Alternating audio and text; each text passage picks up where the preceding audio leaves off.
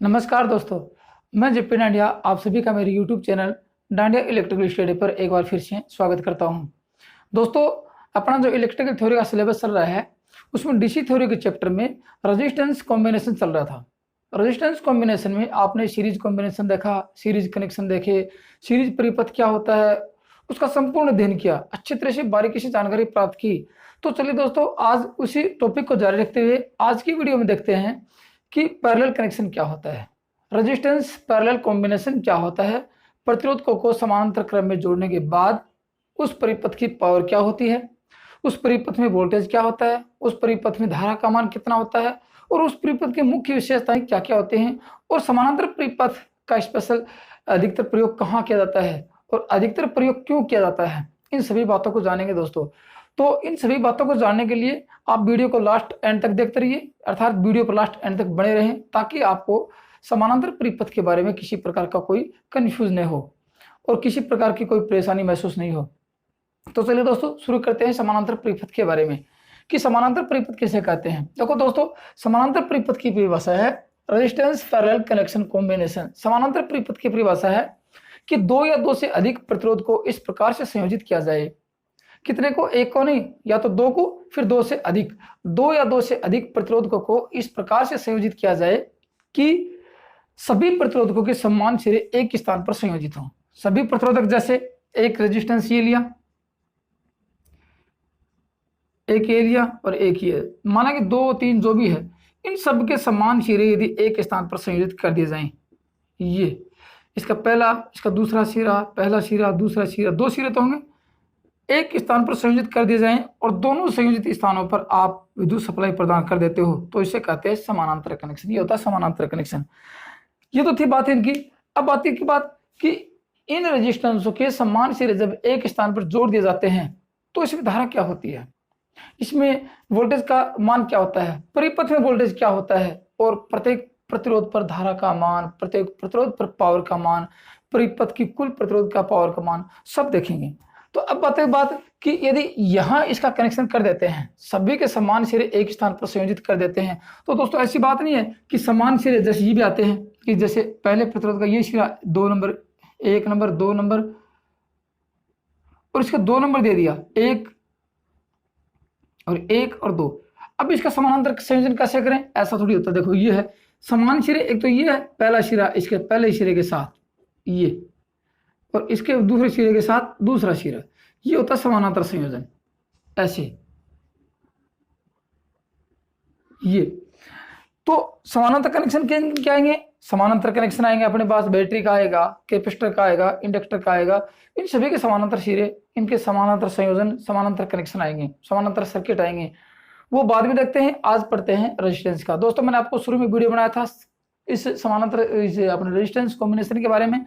मैंने आपको बताया कि रजिस्टर को 5 प्रकार से जोड़ सकते हैं, प्रतिरोधकों को 5 प्रकार से संयोजित किया जा सकता है, जिसमें पहला पढ़ लिया सीरीज कनेक्शन, अच्छी तरह से अध्ययन किया। दूसरा पढ़ रहे हैं पैरेलल कनेक्शन, तीसरा पढ़ेंगे मिक्सर कनेक्शन, ठीक है, और चौथा पढ़ेंगे स्टार टू डेल्टा कनेक्शन और पांचवा डेल्टा टू स्टार कनेक्शन पढ़ेंगे। ये पांचों के पांचों संयोजन पढ़ेंगे, जिसमें आज दूसरा चल रहा है। ये तो इसकी परिभाषा थी। अब देखो दोस्तों, यदि इनके समान सिरे जोड़ने के बाद सर्किट पूरा कर लेते हैं तो फिर क्या होता है, ये परिपथ की 1 नंबर शाखा, कौन सी शाखा, 1, ये परिपथ की 2, ये 3 शाखा, मतलब 3 प्रतिरोध आपस में समानांतर क्रम में संयोजित किए गए हैं। ये R1, ये R2, ये R3। V1 क्या, देखो IR1, इस IR1 का मतलब कि धारा R1 में प्रवाहित धारा, R1 में प्रवाहित धारा, IR2 प्रतिरोध 2 में प्रवाहित धारा, IR3 प्रतिरोध 3 में प्रवाहित धारा, IT परिपथ की कुल धारा, VT परिपथ में लगाया गया वोल्टेज, कुल वोल्टेज, और V1 इस R1 के आर पार वोल्टेज, V2 इस R2 के पार पार वोल्टेज, और V3 इस R3 के आर पार वोल्टेज ड्रॉप था। ये तो थी दोस्तों इनकी जो बात होती है। अब देखो इसका पहला सिरा ये कहाँ संयोजित है, सीधा देखो इसका पहला सिरा ये सीधा डायरेक्ट कनेक्शन इसका है, जैसे कि फेस और न्यूट्रल है।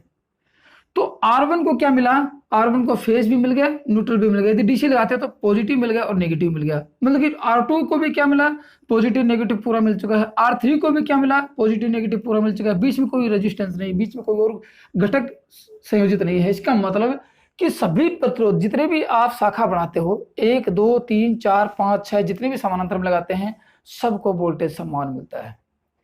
सबसे बड़ी विशेषता आती है, देखो मैंने आपको बताया सीरीज कनेक्शन में सभी प्रतिरोध के ऊपर धारा समान होती थी, लेकिन यहां उसका उल्टा है। यहां सभी प्रतिरोध का वोल्टेज का मान समान होता है, क्योंकि सभी प्रतिरोधक सप्लाई के आर पार संयोजित होते हैं। इसका मतलब कि यहां इन सबको वोल्टेज समान मिलता है। तो फिर लिख सकते हैं कि समानांतर परिपथ में क्या लिख सकते हैं कि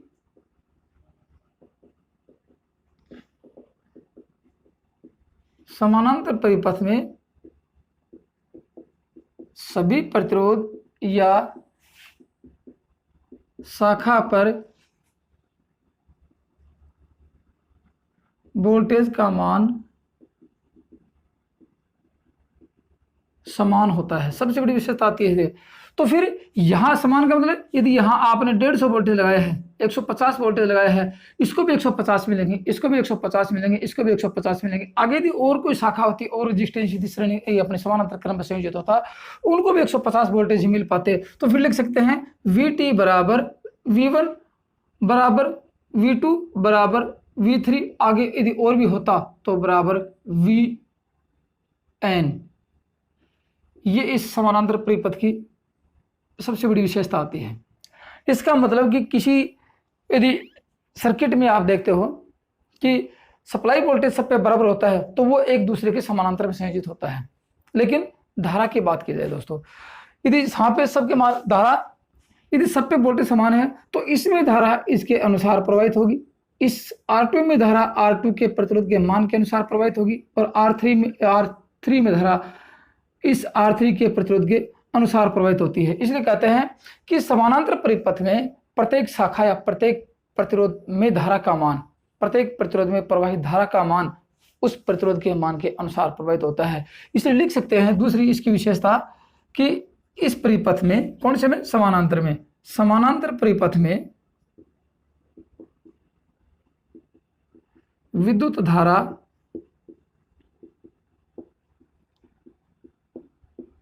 प्रवाहित होने के अनेक मार्ग या पथ होते हैं।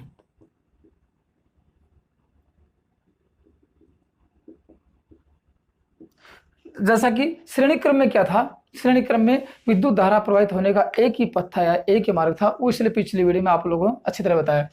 अब देखो दोस्तों, बात आती है कि यदि यहां से धारा प्रवाहित होती, यहां धारा, अब यदि 3 सर्किट में हुई तो 3 भागों में बट गई।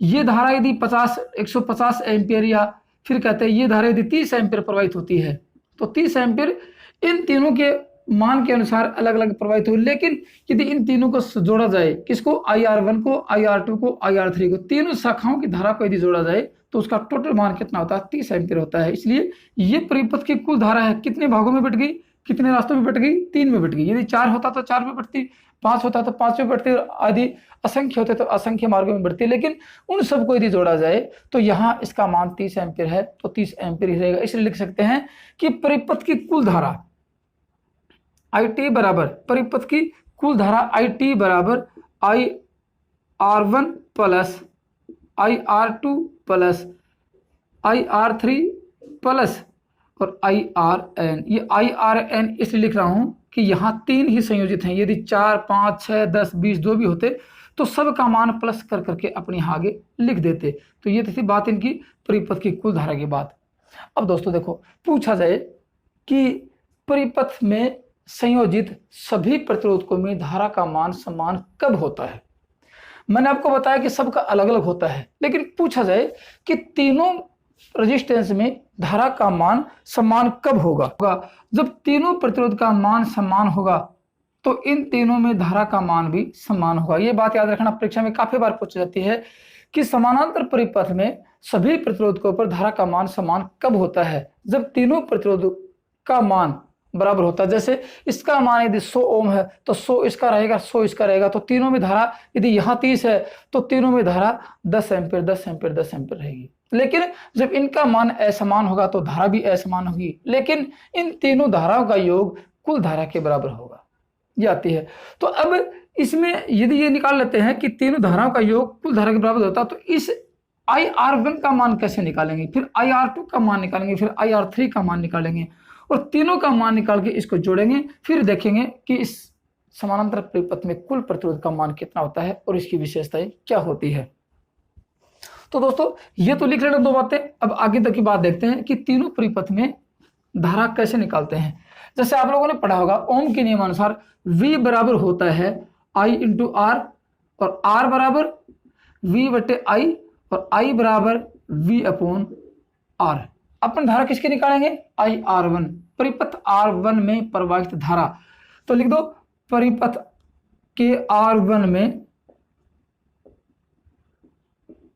प्रवाहित धारा IR1 बराबर, ये निकालेंगे IR1 बराबर, IR1 में क्या निकालेंगे कि V अपॉन R, क्योंकि धारा निकालते हैं तो V अपॉन R। अब बात कि V किसका लें दोस्तों, जब भी आप सर्किट पढ़ोगे, किसी मशीन का पढ़ेंगे या किसी रजिस्टर का, किसी कैपेसिटर का, किसी इंडक्टर का पढ़ेंगे, जिसकी बात करेंगे, जैसे आर्मेचर सर्किट है, शंट वाइंडिंग सर्किट है, शंट वाइंडिंग में धारा कितनी होगी, जिसका भी सर्किट पढ़ेंगे, जिसकी भी धारा निकालेंगे, जिसका प्रतिरोध निकालेंगे, जिसका वोल्टेज निकालेंगे, तो बात सिर्फ उसी की करेंगे, उसी का ही मान लेंगे, बाकी किसी का मान नहीं लेंगे। अब बात ये देखो यहाँ से कि R1 में प्रवाहित धारा निकाले तो R1 का ही वोल्टेज लेंगे और R1 का ही मान प्रतिरोध लेंगे, तो V1 और ये R1 किसका निकलेगा, इसकी धारा निकलेगी। अब बात यहाँ से कि V1 R1 और V सब में बराबर है, आप लोग पढ़ते हैं कि V सब में बराबर, तो लिख दो VT बराबर IR1।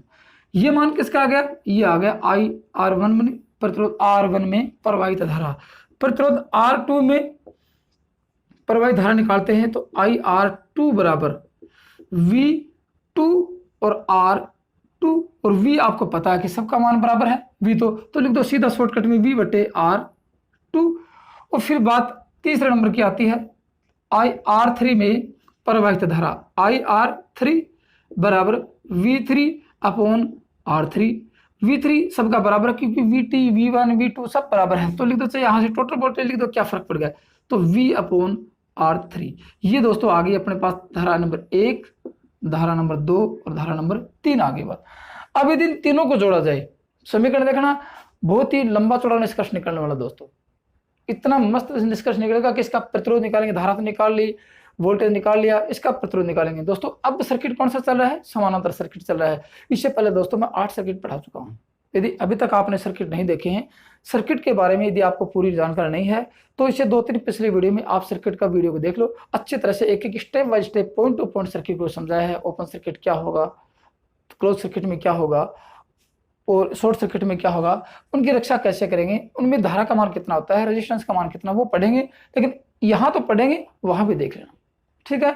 इसको भी पढ़ेंगे। इसमें क्या पढ़ेंगे, इस सर्किट को ओपन करेंगे, इस सर्किट को शॉर्ट करेंगे, शॉर्ट करने के बाद धारा क्या होगी, पावर क्या होगी, इन सबको देखेंगे। तो दोस्तों इन सभी बातों को जानने के लिए आप वीडियो को लास्ट एंड तक देखते रहें। और दोस्तों वीडियो पसंद आए तो लाइक जरूर करना, शेयर करना, और वीडियो के प्रति आपके मन में क्या विचार हुए, आपको समझ में आया, नहीं आया, कुछ शंका उत्पन्न हुई, तो कमेंट्स में जाकर आप कमेंट जरूर लिखना कि सर यहाँ पे जाके आप लोगों ने ये बताया नहीं। अगली वीडियो में इसको सुधार करके आपकी समस्या दूर की जाएगी, आपका कॉन्सेप्ट क्लियर किया जाएगा, आपका कंफ्यूज दूर किया जाएगा। और जो दोस्त पहली बार वीडियो को देख रहे हैं, चैनल को देख रहे हैं, तो इलेक्ट्रिकल या इलेक्ट्रिशियन थ्योरी का पूरा सिलेबस नियमी पैटर्न के आधार पर अध्ययन करने के लिए चैनल को सब्सक्राइब जरूर कर लें, ताकि आप प्रत्येक वीडियो को अच्छी तरह देख सको, किसी वीडियो को देखने में मिस नहीं हो, और आगामी आने वाले किसी भी प्रकार की परीक्षा में अच्छे अंक प्राप्त करके अपनी सफलता को प्राप्त कर सकते हैं। तो दोस्तों ये तो थी बात इसकी। अब देखो इन तीनों धारा को जोड़ेंगे। धारा नंबर 1 थी, क्योंकि ये है IR1 का मान निकाल लिया आप लोगों ने, तो फिर ये IR1 और ये IR2। मैंने आपको बताया कि धारा, टोटल धारा इन सब का योग होगी, तो IT बराबर IR1 plus IR2 plus IR3 और प्लस IRN आते हैं। आई आर वन का मान V बट्टे R1, तो लिख दो यहाँ पे V upon R1 plus V upon R2 plus V upon R3 plus V upon RN। मैंने कुछ नहीं किया, सिर्फ धारा धारा जोड़ती, यहाँ वोल्टेज का मान बराबर लिख दिया, यहाँ धारा जोड़ी। IR1 का मान आप लोगों ने यहाँ निकाला, 1 2 3, यदि आगे और होता तो और निकाल लेते हैं, लेकिन यहाँ तक इतना ही था। अब मैं आगे इनका सोल्यूशन, एक समीकरण हल कर देते हैं। ये क्या है, IT का मान निकाल रहे हैं। अब ये किसके अनुसार रखा, ये सिर्फ लिखा कि ओम के नियमानुसार I बराबर V बट्टे R रखने पर, बस ओम के नियम का सत्यापन, ओम के नियम की जानकारी, यहाँ ओम के नियम को लागू कर रहे हैं। अब यहां से देखो, यहां यदि इस V को कॉमन लेते हैं, देखो ये IT परिपथ की यदि कुल धारा निकालते हैं, इस परिपथ की कुल धारा निकालें तो देखो धारा निकालने का सूत्र यही है, I बराबर V बट्टे R। परिपथ की कुल धारा निकालेंगे, ये धारा निकालेंगे ये, तो फिर वोल्टेज किसका, ये परिपथ का कुल वोल्टेज और कुल धारा लेंगे, तो ये लिख सकते हैं कि IT बराबर VT अपॉन RT। ठीक है, तो यहां IT का मान भी लिख दो। IT का मान क्या लिखे, ये VT अपॉन RT। समीकरण बन गया अपने पास, सिर्फ ओनली समीकरण को सोल्व करना है। आगे समीकरण में क्या होता है, निष्कर्ष क्या निकलता है, सिर्फ यही देखना अपने को। अब निष्कर्ष क्या निकला, यदि आप लोगों ने देख लिया कि V1 VT V3 V आगे और होंगे, ये VN आगे और होंगे, सबका मान बराबर होता है, तो यहां ये होता है कि V1 V कॉमन लेने पर क्या लेंगे, V, क्योंकि एक ही है सब में, V कॉमन लेने पर, तो फिर V कॉमन ले तो क्या आ गया कि ये आ गया 1 बट्टे RT बराबर 1 upon R1 plus 1 upon R2 plus 1 upon R3 और प्लस 1 अपॉन RN। निष्कर्ष, इस समीकरण को जब हल करते हैं तो निष्कर्ष निकलता है ये, और ये सबसे बड़ा राज है समानांतर परिपथ का, समानांतर कनेक्शन का सबसे बड़ा राज है। इसमें राज क्या छुपा वो देखना अपने को, ठीक है ना। तो इस समीकरण को देखते हुए निष्कर्ष निकल सकते हैं कि परिपथ का कुल प्रतिरोध का व्युत्क्रम परिपथ के प्रत्येक प्रतिरोध के व्युत्क्रम के योग के बराबर होता है। ये देखना बात, परिपथ के कुल प्रतिरोध का व्युत्क्रम उल्टा, परिपथ के कुल प्रतिरोध के व्युत्क्रम का मान परिपथ में संयोजित सभी प्रतिरोध के व्युत्क्रम के योग के बराबर होता है। निष्कर्ष निकलता है ये, अर्थात परिपथ में कुल प्रतिरोध का उल्टा सभी प्रतिरोध के उल्टे योग के बराबर होता है। ये तो लिखना। अब इसका राज क्या देखो कि सीरीज सर्किट में आप लोगों ने सीधा ये जोड़ा था R1 प्लस R2, ये जोड़ा था R1 plus R2 plus R3।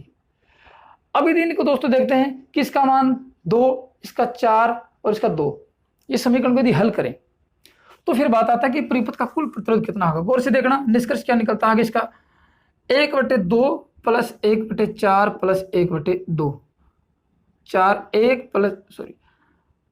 2 plus 1 plus 2 बराबर आ गया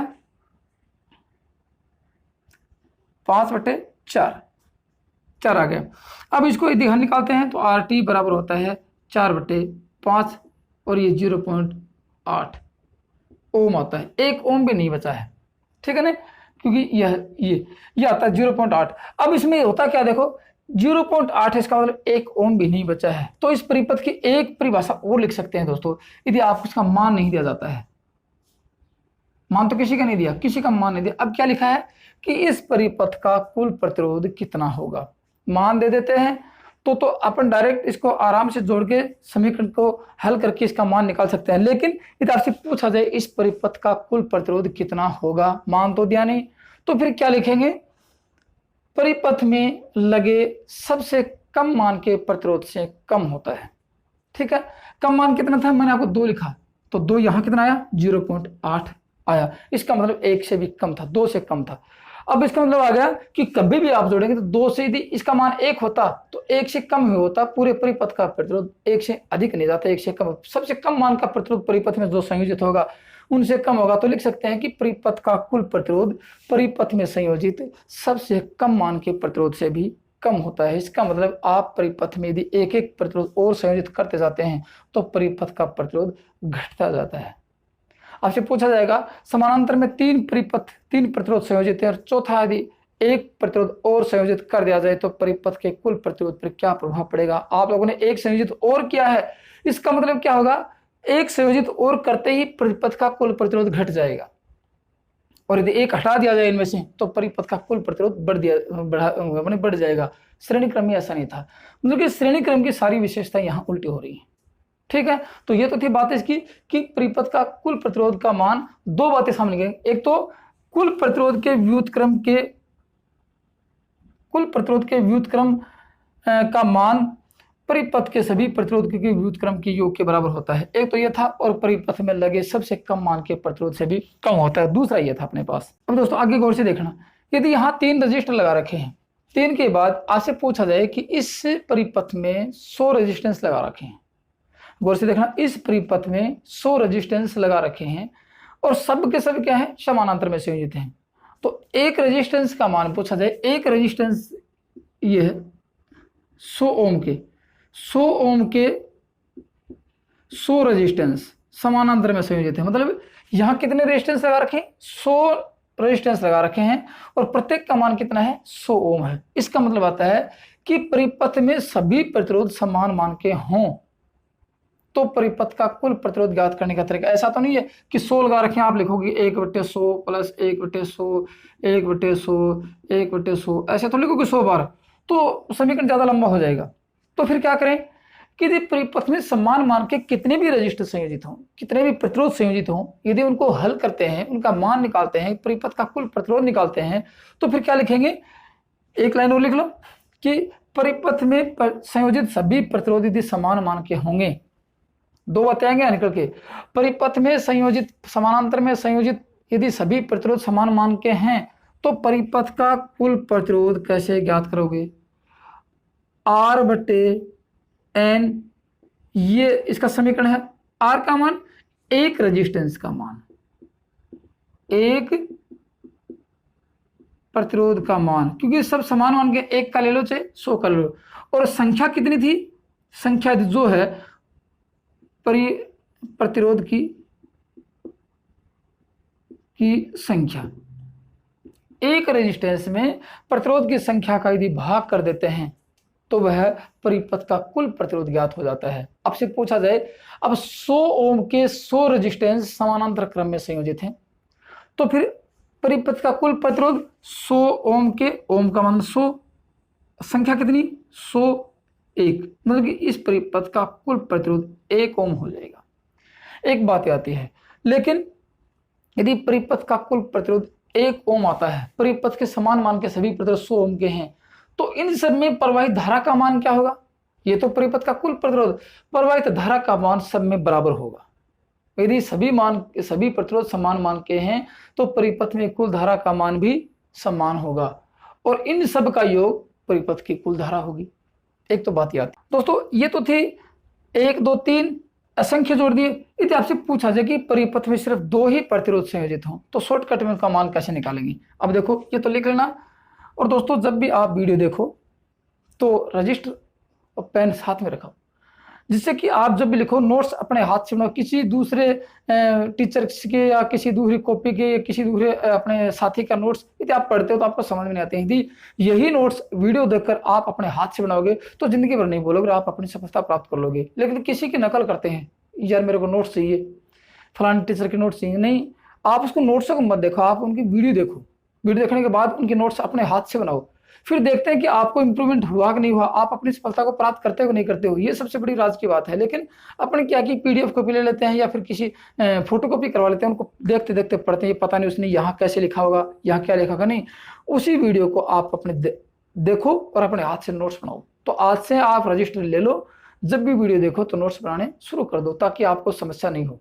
ठीक है, अब देखो मैंने आपको ये तो सारे बता दिए। अब उनसे पूछा जाए कि परिपथ में 2 ही रेजिस्टेंस संयोजित हों, कितने, 2 ही रेजिस्टेंस संयोजित हों, तो परिपथ का कुल प्रतिरोध जैसे R1 और ये R2, 2 ही रेजिस्टेंस परिपथ में संयोजित, दोनों समानांतर में संयोजित हैं, इसको यदि हटा दिया जाए तो परिपथ का कुल प्रतिरोध कैसे ज्ञात करेंगे। देखो परिपथ का कुल प्रतिरोध ज्ञात करेंगे, ये RT बराबर, RT total resistance of circuit, ठीक है, परिपथ का कुल प्रतिरोध आर ऐसे तो ज्ञात करते हैं ना।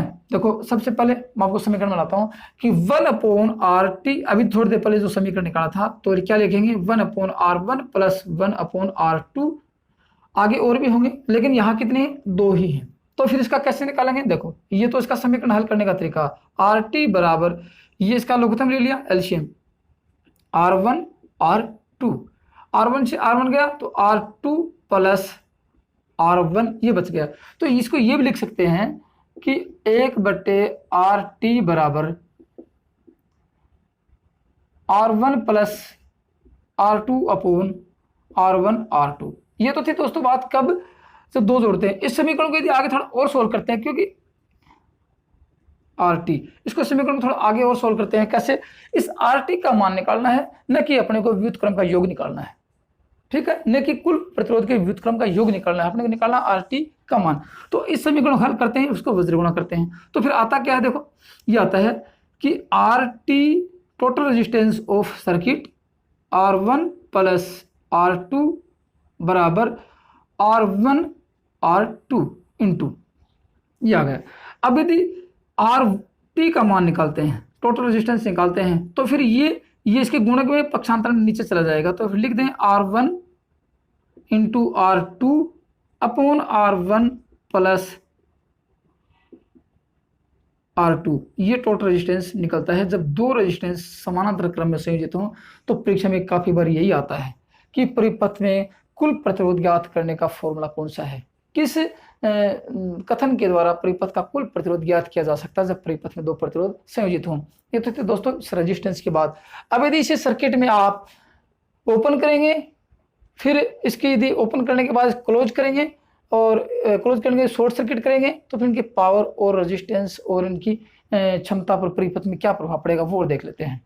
यदि अब देखें कि इस समानांतर परिपथ में यदि शॉर्ट सर्किट करके देखते हैं, समानांतर परिपथ में लघु सर्किट यदि लघु पथ करके देखते हैं तो परिपथ में क्या होता है। देखो यदि एक शाखा, 3 शाखा थी, मैं एक शाखा और निकाल देता हूं, यहां से ये निकाली और इसको शॉर्ट कर दिया, कुछ नहीं लगाया, प्रतिरोध में कुछ संयोजित किया। अब आते हैं कि ये होगी अलग शाखा, एक शाखा ये भी बन गई, तो ये अलग होगी नहीं, इसमें कोई रेजिस्टेंस नहीं है, सिर्फ चालक तार के द्वारा है, और चालक तार का रेजिस्टेंस दोस्तों लगभग 0 के बराबर मानते हैं।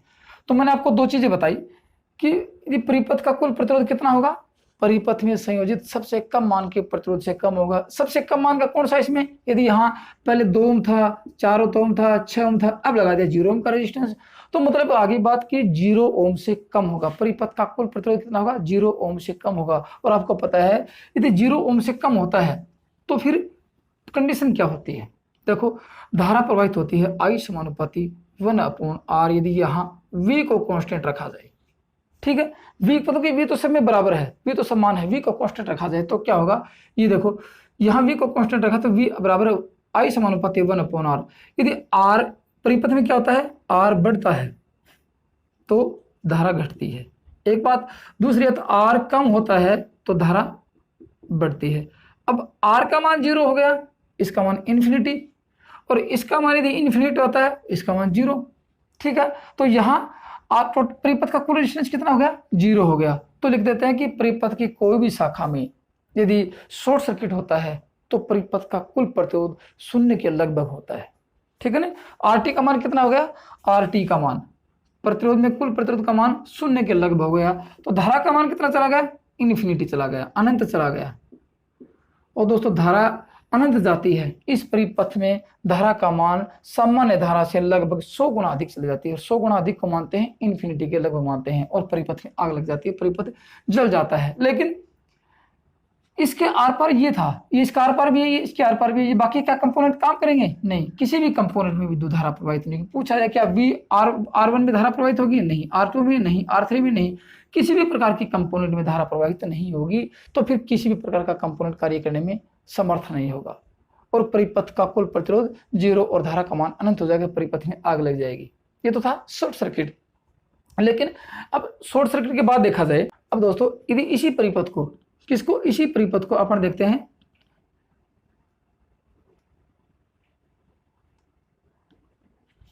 देखो अब आपसे पूछा जाए यदि परिपथ शॉर्ट था, सॉरी वो आपको पावर बताइए, यदि परिपथ शॉर्ट सर्किट था, परिपथ कितना हो गया, शॉर्ट सर्किट हो गया। शॉर्ट सर्किट होने के बाद देखो धारा का मान कितना चला गया, अनंत चला गया। आपको मैंने बताया था पिछले वीडियो में कि किसी भी प्रकार के परिपथ में यदि रेजिस्टेंस का मान बढ़ता है, देखो पावर रेजिस्टेंस बढ़ता है तो पावर पी घटती है, पी का मान घटता है, और रेजिस्टेंस घटता है तो पावर बढ़ती है।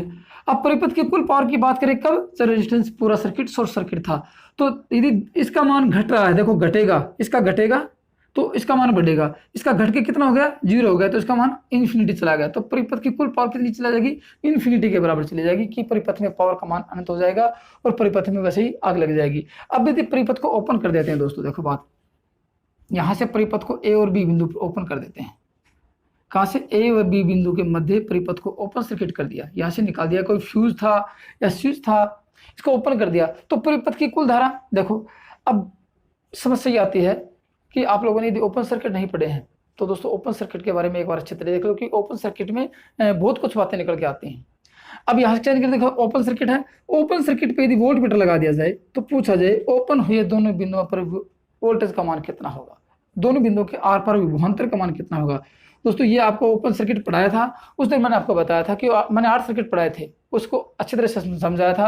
और ये जो वोल्ट, ये जो आई समानुपाती आर वी बट्टे आर ओम का नियम, मैंने दोस्तों डीसी थ्योरी के कम से कम 12 फॉर्मूले, डीसी थ्योरी के 12 फॉर्मूले पूरे कंप्लीट करवा रखे हैं।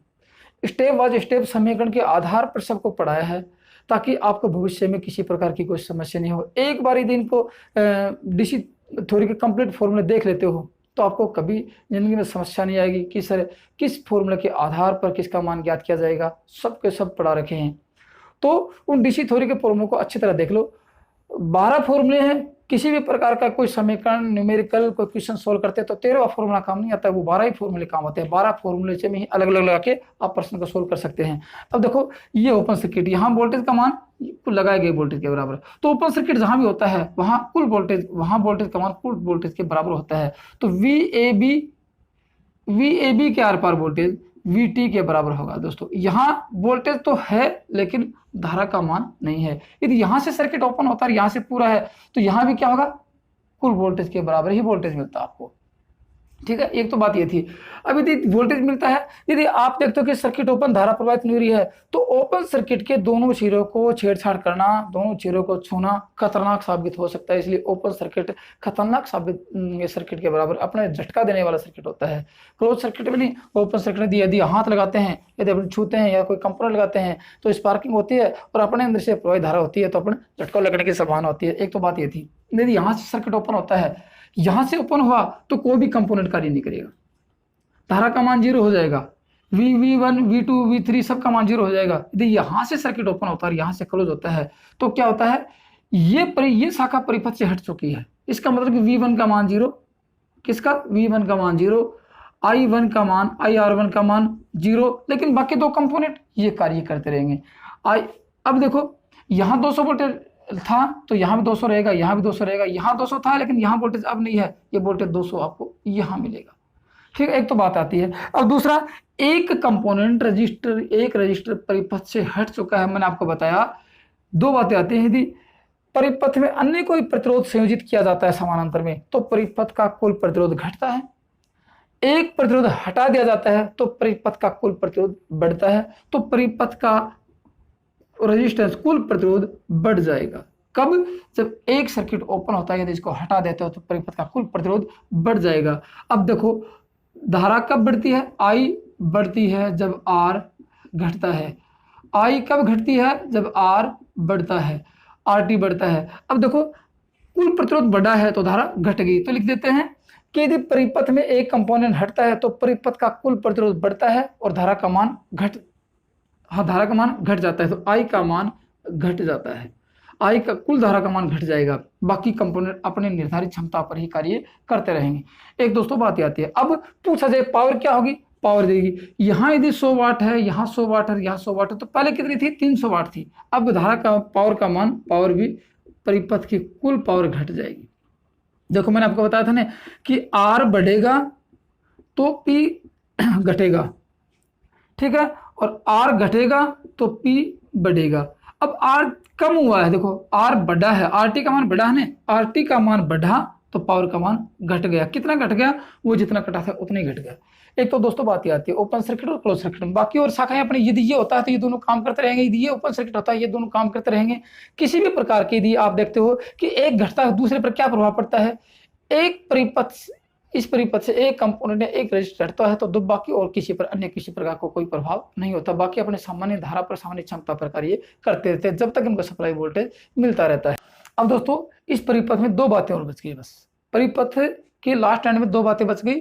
परिपथ का प्रयोग कहाँ, समानांतर परिपथ का प्रयोग कहाँ किया जाएगा और समानांतर परिपथ में पावर का मान क्या होगा, जबकि सीरीज सर्किट में आपने देखा होगा। तो दो बातें देख लेते हैं, पावर का कैलकुलेशन और देख लेते हैं, पावर कैसे घटेगी कैसे बढ़ेगी, पावर का मान कितना होगा। देखो आप लोगों ने देखा कि आई टी बराबर IR1 IR2 प्लस IR3 और IRN।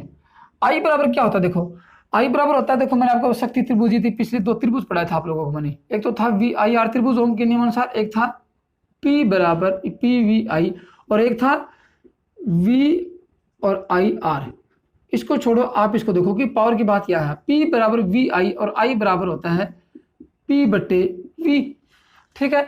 तो यहाँ I बराबर P का मान रख, I बराबर देखो I बराबर I का मान रखने पर, ठीक है, इस समीकरण में I का मान रखने पर किससे, शक्ति त्रिभुज से, I बराबर P बटे V। P यदि इसकी बात करते हैं, ये IT है तो परिपथ की कुल पावर, तो लिख देते हैं कि PT बटे V बराबर P1 अपॉन V1 प्लस, देखो IR1 का मान, इसकी यदि बात करें तो इसका मान है I बराबर, मैंने आपको बताया P बटे V होता है। और धारा किसकी है, एक की, पावर भी 1 की और ये भी 1 का। और दूसरी बात आती है कि ये VT वोल्टेज और P2 बराबर, धारा इसकी निकालेंगे तो P2 बराबर V2 प्लस P3 बराबर V3 प्लस यदि आगे और होता तो PN बराबर VN, ये लिखते। अब आप लोगों को पता है कि यदि परिपथ में VT V1 सब समान है तो V का मान यदि इनको देखा जाए सब समान है तो यहाँ इनको कॉमन V कॉमन लेने पर, यहाँ V कॉमन लेने पर क्या आ गया कि PT अपॉन 1 या V का इस समीकरण में V का भाग देने पर या कॉमन लेने पर PT अपॉन 1 बराबर P1 upon 1 plus P2 upon 1 plus P3 upon 1 plus P का मतलब पावर PN अपॉन 1। और एक का कोई दोस्तों कोई महत्व नहीं होता है, इसलिए लिख सकते हैं कि समानांतर परिपथ की कुल पावर बराबर P1 plus P2 plus P3 plus PN। ये आता है पावर का कैलकुलेशन। इसमें देखो यदि पावर की बात आती है, ये 50 वाट का है, ये 50 वाट का है, ये 50 वाट का है, यदि फिर ये मान लीजिए कि ये 50 वाट का है, ये 100 वाट का है और ये 70 वाट का है, तो 50 और 70 220, मतलब कि परिपथ की कुल पावर कितनी होगी, 50 प्लस 100 प्लस 70 बराबर 220 वाट। मतलब परिपथ की कुल पावर आप डायरेक्ट जोड़ सकते हैं, जबकि सीरीज सर्किट में क्या था, सीरीज सर्किट में उल्टा था, ऐसे था 1/PT बराबर 1/P1 1/P2 1/P3। लेकिन दोस्तों एक पावर की और एक निष्कर्ष निकल के आता है कि परिपथ की कुल पावर कितनी होगी, परिपथ में संयोजित सबसे अधिक मान के वाट से अधिक होगी। जैसे यहाँ 100 वाट है तो परिपथ की कुल पावर 100 वाट से अधिक होगी, कम कभी होने वाली नहीं है। जबकि श्रेणी सर्किट में क्या था, सबसे कम मान के वाट से भी कम था, लेकिन समानांतर में क्या है, सबसे अधिक वाट के मान से भी अधिक होगा। एक बात ये आती है। उसके बाद देखो परिपथ का प्रयोग कहाँ किया जाता है, बस यही देखना है। समानांतर सर्किट का प्रयोग कहाँ किया जाता है, समानांतर सर्किट का प्रयोग घरेलू वायरिंग में, औद्योगिक वायरिंग में, घरेलू व औद्योगिक वायरिंग समानांतर परिपथ में ही संयोजित की जाती हैं। अपने घरेलू सभी उपकरण, मशीनें, मोटरें कहाँ संयोजित होती हैं, सब की सब समानांतर में संयोजित होती हैं, एक याद रखना। उसके बाद देखो छोटी सी एक, जैसे एम्पीयर मीटर की माप सीमा बढ़ाते हैं तो उसके समानांतर क्रम में शंट प्रतिरोध जोड़ते हैं, वो शंट प्रतिरोध कहाँ संयोजित करते हैं, समानांतर क्रम में ही संयोजित होता है। इसलिए याद रखना कि शंट प्रतिरोध भी समानांतर क्रम में ही संयोजित होता है। घरेलू वायरिंग समानांतर क्रम में ही होती है, घरेलू सभी उपकरण समानांतर क्रम में ही संयोजित होते हैं। उसके बाद मोटर गाड़ियों की हेडलाइट, हॉर्न, बाकी छोटे मोटे कंपोनेंट सब के सब समानांतर क्रम में ही संयोजित होते हैं। जैसे रेडियो, टीवी सब के सब समानांतर क्रम में संयोजित होते हैं। लेकिन दोस्तों एक बात और आती है, और स्पेशल तरीके से समानांतर संयोजन का प्रयोग कहाँ किया जाता है, किसी भी कंपोनेंट, किसी उपकरण, किसी विद्युतिक क्षेत्र में जिसका मान जिसके प्रतिरोध के मान को कम करना होता है। जैसे अर्थिंग किया आप लोगों ने, अर्थिंग का प्रतिरोध 0 मानते हैं, लेकिन अर्थिंग का मान उसका प्रतिरोध 5 ओम के लगभग आ गया, तो या तो उस अर्थिंग को छोड़ दो, दूसरी अर्थिंग बनाओ। ऐसा नहीं है, उस अर्थिंग के समानांतर में एक अर्थिंग और लगा दो और दोनों को समानांतर में संयोजित कर दो, क्योंकि उसका मान भी इसके बराबर होगा। वो अर्थिंग भी काम आएगी और ये अर्थिंग भी दोनों काम आएंगी, क्योंकि दोनों को कुल प्रतिरोध कितना मिलेगा, 0 प्रतिरोध मिलेगा आपको। इसलिए अर्थिंग का प्रतिरोध घटाना हो, किसी कंपोनेंट का रेजिस्टेंस घटाना हो, तो वहां क्या करते हैं, उसके समानांतर में एक रेजिस्टेंस और जोड़ देते हैं, ताकि उस सब का प्रतिरोध घट जाएगा।